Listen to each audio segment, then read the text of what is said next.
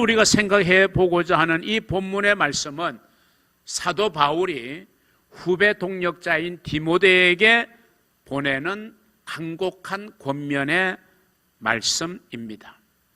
여기에서 사도 바울은 성도의 길을 걸어가는 사람들, 오늘 이 디모데후서는 디모데에게 보내진 편지니까 바울이 디모데를 지칭하는 것이겠지만, 하나님의 말씀은 시대를 불문하고 진리로 우리에게 다가오기 때문에 그것을 통해서 오늘 하나님이 저와 여러분, 우리 성도에게 주시는 권면의 말씀이기도 하죠. 그런 면에서 오늘 이 본문은 성도의 본분이 무엇이며, 그러면 그 사명은 무엇이며, 그런 본분과 사명을 제대로 감당하려면 어떤 자세, 어떤 태도로 살아야 하는지를 우리에게 명확하게 가르쳐주고 있는 말씀이 바로 오늘 이 본문의 말씀이에요.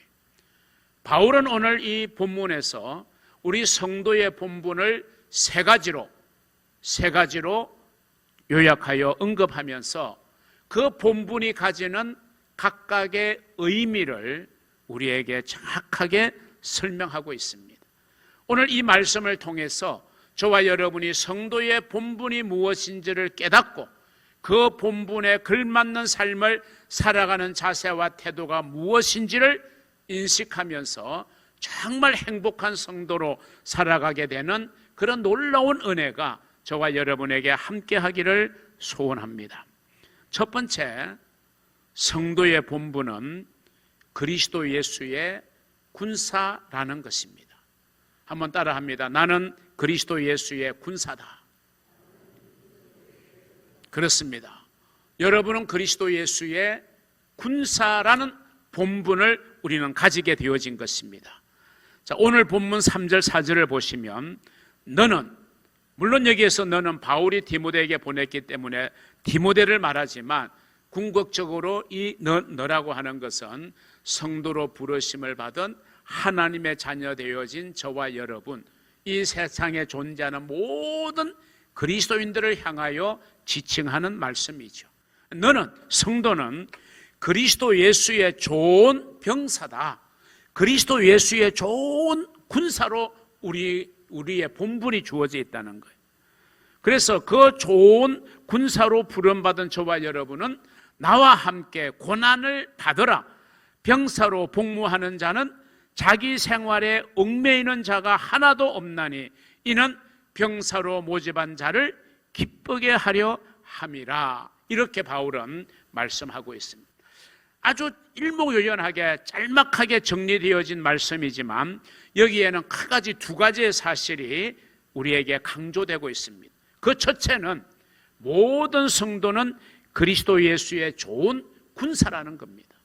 명확한 겁니다. 우리는 그리스도 예수의 좋은 군사다. 이게 우리의 본분이에요.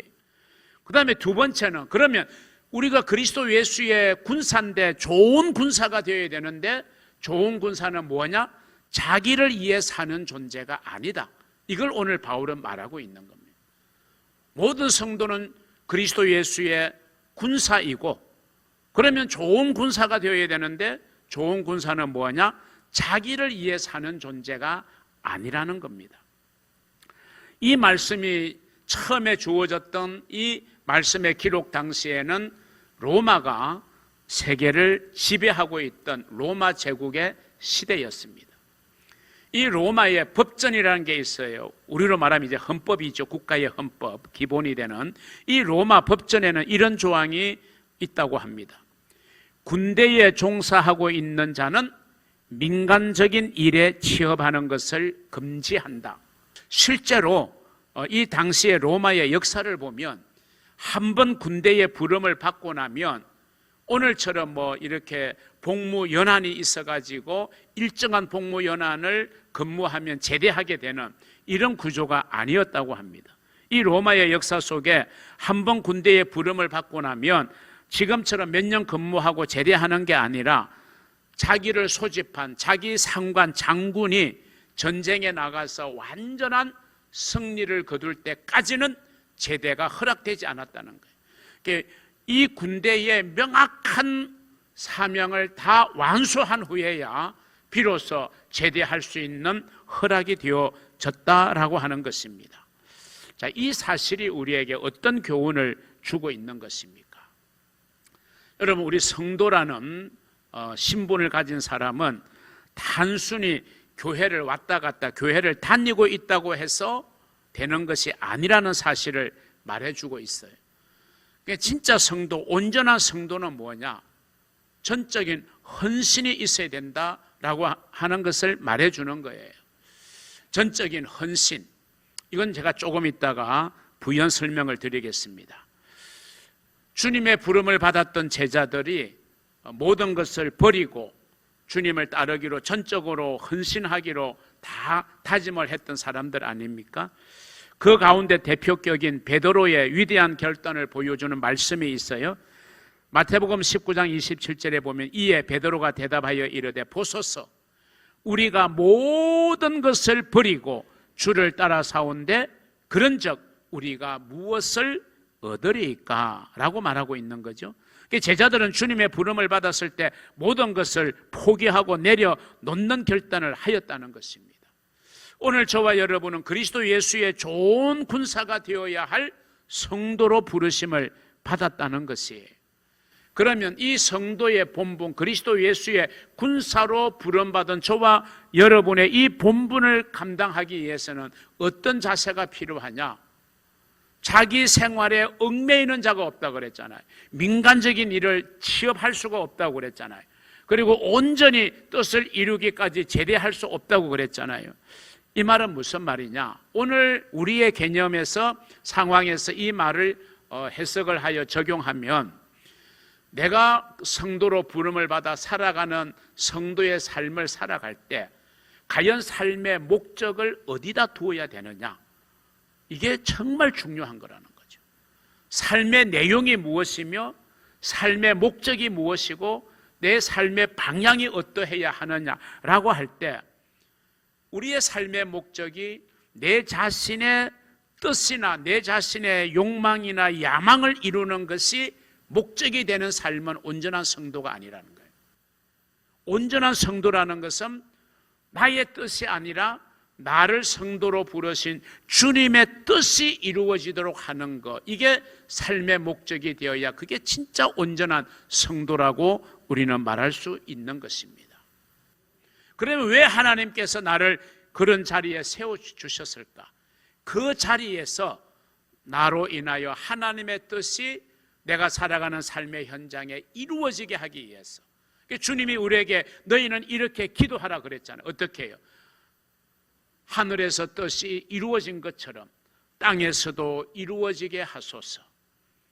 하나님의 뜻이 하늘에서 이루어진 것처럼 나를 세우신 그 자리에서, 나를 세워주신 그곳에서 하나님의 뜻이 이루어지고 하나님이 영광을 받도록 하는 것이 내가 그 자리에서 살아가야 되는 삶의 목적이다. 그렇게 되도록 우리는 삶의 내용을 이끌어가야 된다라고 하는 것입니다. 다시 말하면 모든 행동에는 주어가 있습니다. 주어가 있고 그 주어가 하는 동사가 있어요. 가장 중요한 거죠. 주어와 동사. 나는 학교에 간다. 거기다 이제 살을 붙이면 나는 설레이는 마음으로 학교에 간다. 그럼 학교에 가는 건 이제 수식하는 거잖아요. 근데 가장 핵심은 주어와 동사예요. 나는 학교에 간다. 설레이는 마음으로, 아니면 목적으로 나는 뭔가를 배우기 위해서 학교에 간다. 그때 이제 가장 행동의 주체가 되는 게 나라는 주어이잖아요. 우리 성도의 삶의 주어는 내가 되어서는 안 됩니다. 삶의 주어, 내 삶의 주격은 주님이어야 하는 겁니다. 나는 오늘도 주님을 위해서 내게 맡겨주신 이 일에 최선을 다한다. 그러면 주님이 영광 받으실 것이고, 그 최선을 다하는 나를 주님이 보시기에 주님께서 축복을 하여 주실 것이고, 그래서 내가 주님의 축복을 받아 내가 있는 삶의 현장에 하나님의 뜻이 이루어지게 해야 된다. 삶의 주격이 내가 아니라 주님이 되어야 된다는 것이죠. 그렇게 살아가는 성도가 되어야 하나님이 주시는 행복이라는 선물을 마음껏 누리며 살아갈 수 있다는 것입니다. 사랑하는 성도 여러분, 그런 마음으로 그리스도 예수의 좋은 군사라는 본분에 충실하여 살아감으로 말미암아 하나님이 주시는 참된 행복을 누리고 사는 그런 복된 성도, 성숙한 성도가 되시기를 주님의 이름으로 축원합니다. 두 번째, 성도의 본분을 바울은 경계하는 자다 이렇게 말합니다. 오늘 본문 3절과 4절에서는 그리스도 예수의 좋은 군사로 말을 했고 5절에 들어서면서 주제를 확 바꾸어 버립니다. 5절에 보시면 경계하는 자가, 군사와 전혀 이제 다른 개념이에요. 경계하는 자가 법대로 경계하지 아니하면 승리자의 관을 얻지 못할 것이며 그랬어요. 그러니까 우리 모든 성도는 경계하는 자라는 본분을 우리는 가지고 있다는 거예요. 그게 성도의 본분이라는 거예요. 우리는 경주자라는 거예요. 믿음의 경주를 한다는 거죠. 경주에는 대상이 있는 거잖아요. 우리의 대상을 방해하는 무리가 있어요. 악한 마귀는 믿음의 경주를 집요하게 방해합니다. 가로막습니다. 세상의 유혹이 가로막고 죄의 유혹이 가로막고 내 주변의 사람들이 내 믿음의 경주에 방해물이 되고 그럴 경우가 참 많아요. 그래서 우리는 항상 믿음의 경주를 한다 이런 마음을 가져야 돼요. 그럼 경주에는 끝이 있어야 돼요. 달리기 하면 마지막 들어가야 되는 결성점이 있어야 돼요. 그렇죠? 그럼 우리는 그 결성점이라는 것은 하나님의 나라거든요. 하나님의 나라에 들어갈 때까지 우리는 이 땅 위에서 믿음의 경주를 하도록 부름을 받은 성도라는 거예요. 그래서 성도는 경기하는 자다, 경주자다, 경주장에 나서서 마지막 결성점을 향하여 열심히 달리는 사람이다라는 마음 자세를 우리는 가져야 돼요. 그러니까 우리는 경주자라는 거예요. 그런데 그 경주자가 중요한 게 뭡니까? 법대로라고 하는 단어. 법대로, 즉 규칙대로, 규정대로 경기하지 아니하면 승리자의 관을 결코 얻지 못할 것이다. 자, 이 말씀에서 역시 바울은 두 가지를 우리에게 강조하고 있죠. 그 첫째는 모든 성도는 경주자라는 거예요. 경주자라는 신분을 가지고 있어요. 자, 경주자의 자세가 어떠해야 될까? 히브리서 12장 1절은 명확하게 우리에게 설명합니다. 이러므로 우리에게 구름같이 둘러싼 허다한 정인들이 있으니, 이 정인은 누구를 말하죠? 우리보다 앞서 믿음의 경주를 달렸던 수많은 믿음의 선진들, 그들이 믿음의 경주를 완주하고 지금 하나님의 나라에서 우리의 경주를 지켜보는 정인의 역할을 하고 있다는 거예요. 자, 그렇게 정인이 있는데 그러면 믿음의 경주를 달리고 있는 우리는 어떻게 해야 되느냐? 모든 무거운 것과 얽매이기 쉬운 죄를 벗어버리고, 그렇죠, 경주에 나서는 사람은요 가장 그 경기를 하기에 적합한 자세, 복장으로 나가야 되지, 축구를 하겠다고 축구 경기장에 나가는데 배낭을 메고 나가고 헬멧을 쓰고 나가고, 그거는 할 수 없는 거예요. 그런 자세로는 경기를 할 수가 없는 거지. 얽매이기 쉬운 모든 것, 무거운 것, 모든 것을 다 벗어버려야 된다는 거예요. 그리고 인내로서, 그렇죠, 끝까지 인내해야 되는 거예요. 처음에 잘하고 앞서가다가 마지막 뒷심이 부족하고 인내하지 못하면 역전당하는 경우가 허다하죠. 인내로서 우리 앞에 당한, 즉 우리가 경주해야 될 그 경주를 하며, 이렇게 성도의 본분과 자세를 설명하고 있습니다. 그렇습니다. 우리는 약속된 승리의 면류관을 얻기 위해서 우리를 가로막고 우리를 얽매이는 모든 세상의 것들을 끌어 버려야 됩니다. 벗어 던져야 합니다. 세상의 욕망, 그리고 죄악의 유혹, 그리고 세상의 달콤한 유혹들, 그런 것에 우리가 붙잡히면 우리가 믿음의 경주를 잘 하기가 어렵습니다. 우리를 얽어매는 거잖아요. 우리가 한 발짝도 믿음의 발걸음을 내딛지 못하도록 우리를 꽉 붙들고 있는 거잖아요. 그런 것들을 벗어버려야 우리는 경주를 잘 할 수 있는 것이다. 자, 두 번째, 아까 읽은 5절의 말씀이 우리에게 주고 있는 교훈이 뭐냐? 그러니까 모든 성도는 성공하고 승리하는 것, 즉 경주에서 이기는 것도 중요하지만 그것보다 더 중요한 것은 뭐대로? 법대로, 규칙대로, 규정대로 경주해야 된다라고 하는 것입니다. 여러분, 세상에 바른 가치관을 가지고 사는 사람들이 참 많아요. 그런 사람들의 입장, 소시민들도 마찬가지고 하여튼 바른 가치관을 가지고 사는 사람들이 가끔 이제 언론에 또는 방송에 나오는, 그래서 정말 바르게 살지 못하고 법대로 경주하지 못한 그런 사람들을 보면 우리가 온당하게 여기지 않잖아요. 비난하고 손가락질 하잖아요. 때에 따라서는 법적인 제재를 가하기도 합니다. 하물며 세상 사람들도 바른 가치관을 가지고 바른 양심을 가지면 규정대로 법대로 정확하게 또 도덕과 양심에 위배됨이 없이 살아야 된다라고 생각하는데, 하물며 하나님의 세우심을 받은 우리 성도들이야 오죽하겠습니까? 우리는 세상의 법도 중요하고 또 우리에게는 또 하나의 법이 주어져 있어요. 그게 뭐냐? 하나님의 법이에요. 그건 바로 말씀이 우리에게 주어져 있어요. 우리가 하나님의 말씀에 순종하고 말씀을 따라 살아가는 성도들이 되어야 된다. 그래야 이게 진정한 승리가 되는 거예요. 말씀의 원리를 벗어나 단순히 세상적인 성공, 세상적인 승리, 세상적인 축복만을 구하는 우리 성도들이 되어서는요, 안 되는 것입니다. 지금이라도 우리는 성도들의 올바른 삶을 회복해야 될 때입니다. 그런 복된 성도들이 되시기를 주의 이름으로 축원합니다. 마지막 세 번째, 오늘 본문에서 보여지는 성도의 본분은 수고하는 농부라는 사실입니다. 본문 6절은 또 주제를 바울이 바꿉니다. 수고하는 농부가 곡식을 먼저 받는 것이 마땅하니라. 여기서 수고하는 농부라는 표현이 있어요. 이 표현을 여러분이 한번 주목해 보아야 되는데, 헬라어로 이 수고하는 농부를 설명하면 조금 이해가 빠를 겁니다. 헬라어로는 코피온타 레오르곤입니다. 코피온타 레오르곤. 여기서 수고하는이라는 뜻에 해당되는 헬라어가 코피온타예요. 이 코피온타라는 말은 코피아우에서 온 말인데, 이 코피온타의 뜻은 뭐냐면 피로를 느끼다, 열심히 일하다, 노동이나 수고로 몸이 쇠약해지다, 이런 뜻을 가지고 있어요. 우리가 너무 일을 무리하게 하다 보면 우리의 코에서 흐르는 액체가 있죠.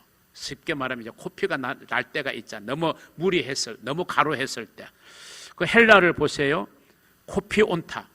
아마 이제 안 잊어버렸을 거예요. 코피온타. 코피가 온다, 내 몸에.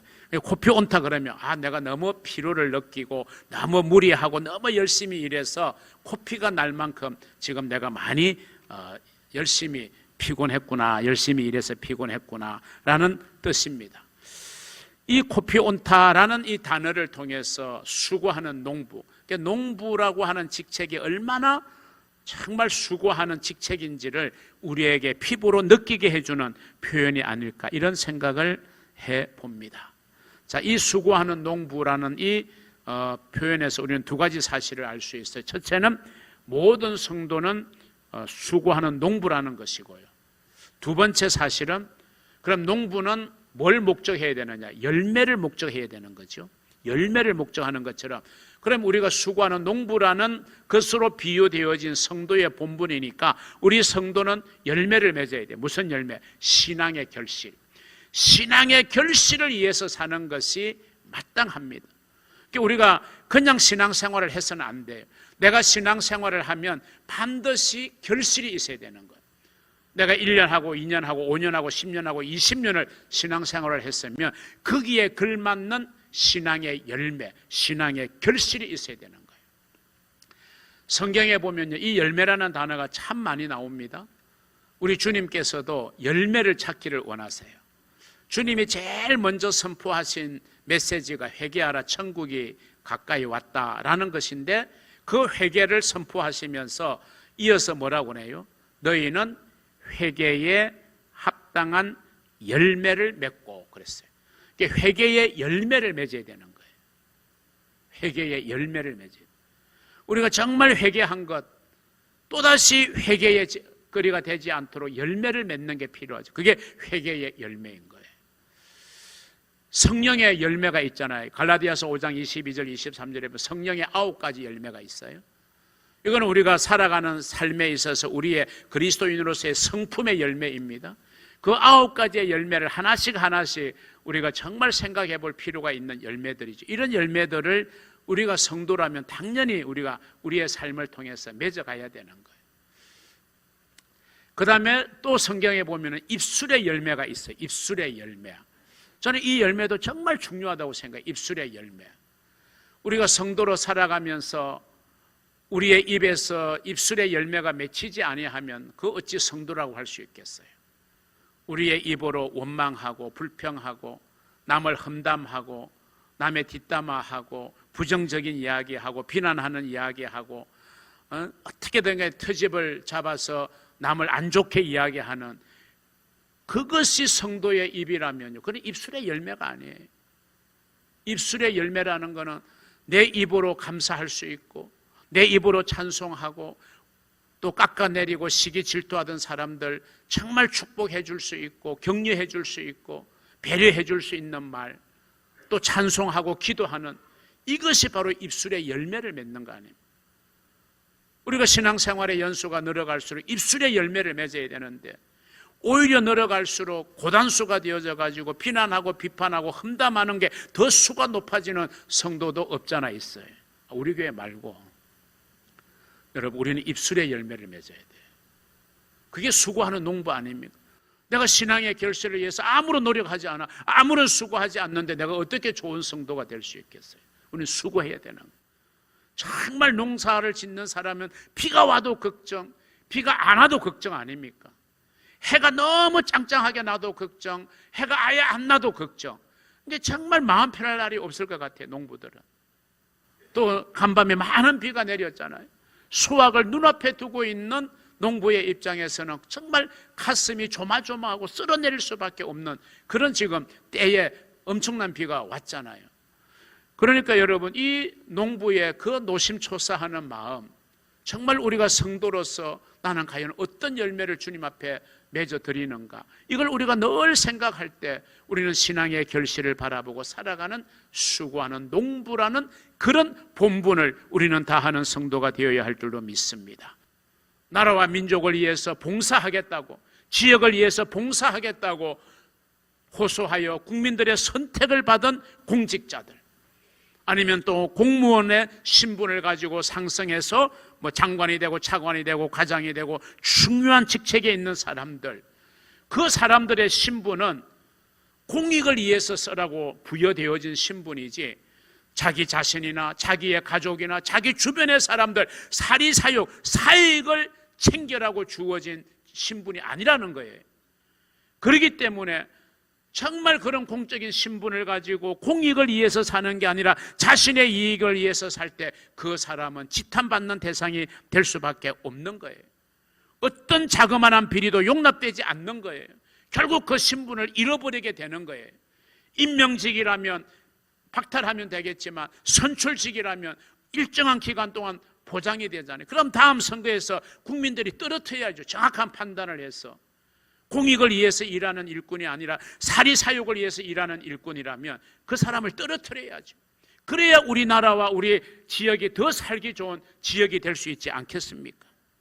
여러분, 우리는 세상도 그러한데 우리는 영적인 면에서 군인과 경조자와 농부의 신분, 그 신분에 확고한 우리가 의식 없이 살아갈 수 없고 그 신분에 걸맞는 자세 가지고 살지 아니하면 우리는 세상 사람들로부터 손가락질 받고 지탄받는 우리 교회와 그리스도인이 될 수밖에 없다는 사실을 기억하시면서 정말 오늘 이 본문이 우리에게 주고 있는 성도의 본분, 그 본분의 그 직책의 그 신분의 무게감을 생각하면서 그 자세를 잘 가지고 살아감으로 말미암아 하나님이 주시는 행복이라는 선물도 마음껏 받아 누리시고 그 일을 통해서 세상에는 선한 영향을 끼치고 나 때문에 나 까닭에 예수 믿는 사람이 생겨나게 되는 그런 복된 성도의 삶을 살아가는 여러분 모두가 될 수 있기를 주님의 이름으로 축원합니다.